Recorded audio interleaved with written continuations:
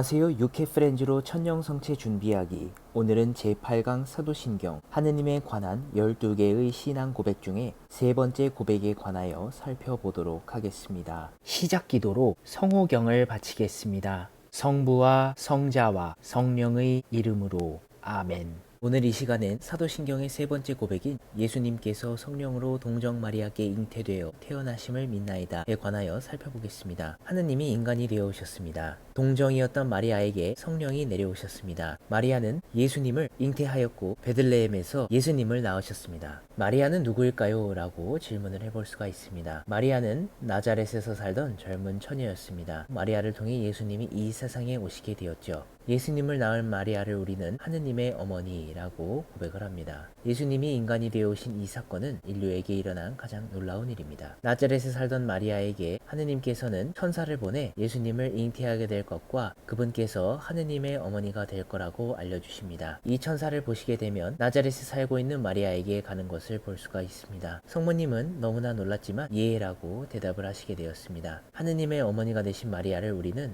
성모님이라고 부르는 것입니다. 예수님은 하느님의 아드님이 인간이 되어 오셨고 성모님은 여느 아이들처럼 정성껏 키우셨죠. 예수님은 다른 아이들과는 많이 달랐습니다. 그분이 일으키신 놀라운 기적들을 성모님은 보게 되셨고 나쁜 통치자들에게 잡혀 매질을 당하시고 처형을 당하시는 것도 보셨어요. 그럼에도 성모님은 항상 하느님을 굳게 믿으셨고 예수님이 부활하셔서 승천하신 다음 성모님을 하늘로 불러 올리셨습니다. 당신이 계신 곳에 성모님의 자리를 마련하시고 그분을 하늘의 여왕이 되게 하셨습니다. 모든 사람을 돌보는 어머니로서 성모님을 우리에게 보내셨습니다. 성모님은 언제나 우리를 사랑하시고 우리가 그분께 도움을 청하면 우리를 위해 예수님께 전구해 주십니다. 우리는 성모님을 흠숭할 수 있나요? 라고 물어볼 수 있겠지만 우리는 성모님을 공경해 드리는 것이며 흠숭은 오로지 하느님 한 분에게만 해야 된다는 사실입니다. 하느님께서는 가브리엘 천사를 마리아에게 보내시어 너를 선택하셨다며 두려워하지 말고 하느님의 총애를 받은 만큼 잉태하여 아들을 낳을 터이니 그 이름을 예수라고 하라는 말을 듣게 됩니다. 이것이 바로 주님 탄생 예고입니다.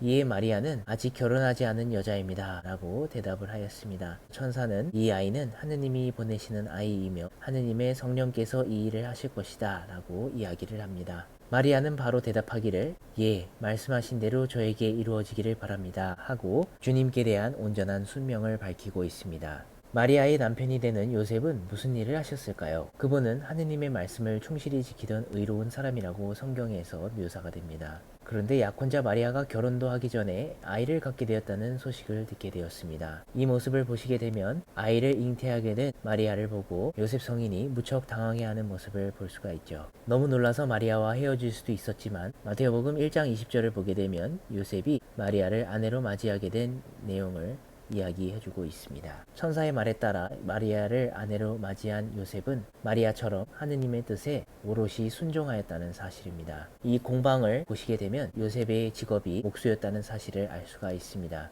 예수님은 양아버지인 요셉과 함께 일하며 그 일을 물려받으셨고 요셉은 하느님의 뜻을 온전히 받아들였던 위대한 성인이십니다. 우리가 요셉 성인에게 도움을 청하는 기도를 바친다면 하느님께 우리의 기도를 전해주실 것입니다. 예수님이 태어나신 곳에서는 무슨 일이 있었는가 살펴볼 수 있겠습니다. 만삭이 된 마리아는 여기 있는 로마 황제의 인구조사를 시행하라는 명령 때문에 바로 베들레헴으로 떠나게 되었습니다. 마리아는 요셉 성인과 함께 베들레헴으로 떠나게 됩니다. 릴리와 밥을 보시게 되면 베들레헴의 한 마구간에서 된 예수님을 찾아가는 장면을 볼 수가 있습니다.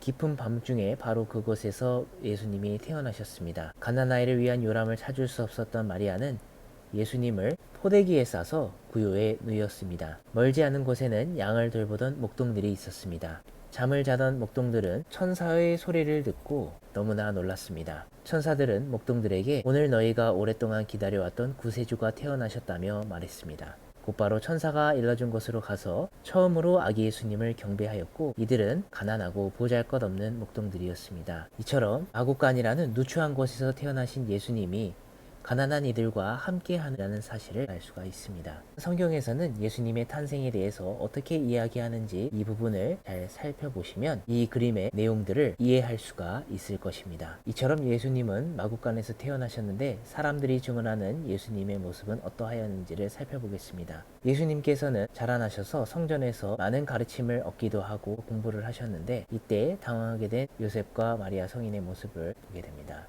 요르단강에서 세례자 요한을 통해 세례를 받게 되는 예수님의 모습을 볼 수가 있는데요. 비둘기 모양의 성령이 내려오셨다라고 하는 이 장면을 통해 예수 그리스도께서 정말로 하느님의 아드님이시다는 것을 알려주고 있습니다. 이처럼 세례를 받으시고 본격적으로 복음 전파의 사명을 수행하게 되신 예수님은 어부였던 베드로와 요한 그리고 야고보 사도를 부르시게 됩니다. 그리고 5,000명을 먹이신 기적을 통해 예수님께서는 하느님 나라가 어떠한 곳인지를 미리 알려주셨습니다. 그리고 요한복음 2장에 나오는 카나의 혼인잔치에서 예수님께서는 물을 포도주로 바꾸는 기적을 행하시며 놀라운 능력을 드러내셨습니다. 그리고 예수님께서는 산상설교를 통해 하느님 나라에서는 어떠한 사람들이 행복한지에 대하여 가르치셨습니다. 당시에 세관장으로 사람들이 부자로 욕했던 키 작은 자케오를 찾아갔고 또 그가 죄인으로 취급을 받았지만 그에게 가신 예수님은 이처럼 죄인들도 부르시는 분이었습니다. 그리고 당시에는 미성숙한 존재로 어른들과는 달리 차별받고 또 무시를 당했던 이 어린이들을 당신 곁으로 부르셔서 하느님의 나라는 이 어린이들과 같은 사람의 것이라고 하여 어린이들을 항상 사랑하시는 분이셨습니다. 그리고 중풍병자를 낫게 하신 예수님의 모습을 통해 언제나 치유의 기적을 선사해 주시는 당신의 모습을 드러내셨고 영광스럽게 변모하셔서 그분께서는 참으로 하느님의 아드님이셨음을 우리에게 알려주십니다. 갈릴레아 호수에서 풍파를 만나 두려워하던 제자들에게 예수님께서는 새벽에 호수 위를 걸으시어 그들 쪽으로 가셨고 또한 예루살렘에 입성하시며 예수님께서 참으로 이스라엘의 임금님이셨고 십자가상의 순환과 죽음 그리고 부활을 위한 여정을 시작하시게 되셨습니다. 마침 기도로 성호경을 바치겠습니다. 성부와 성자와 성령의 이름으로 아멘.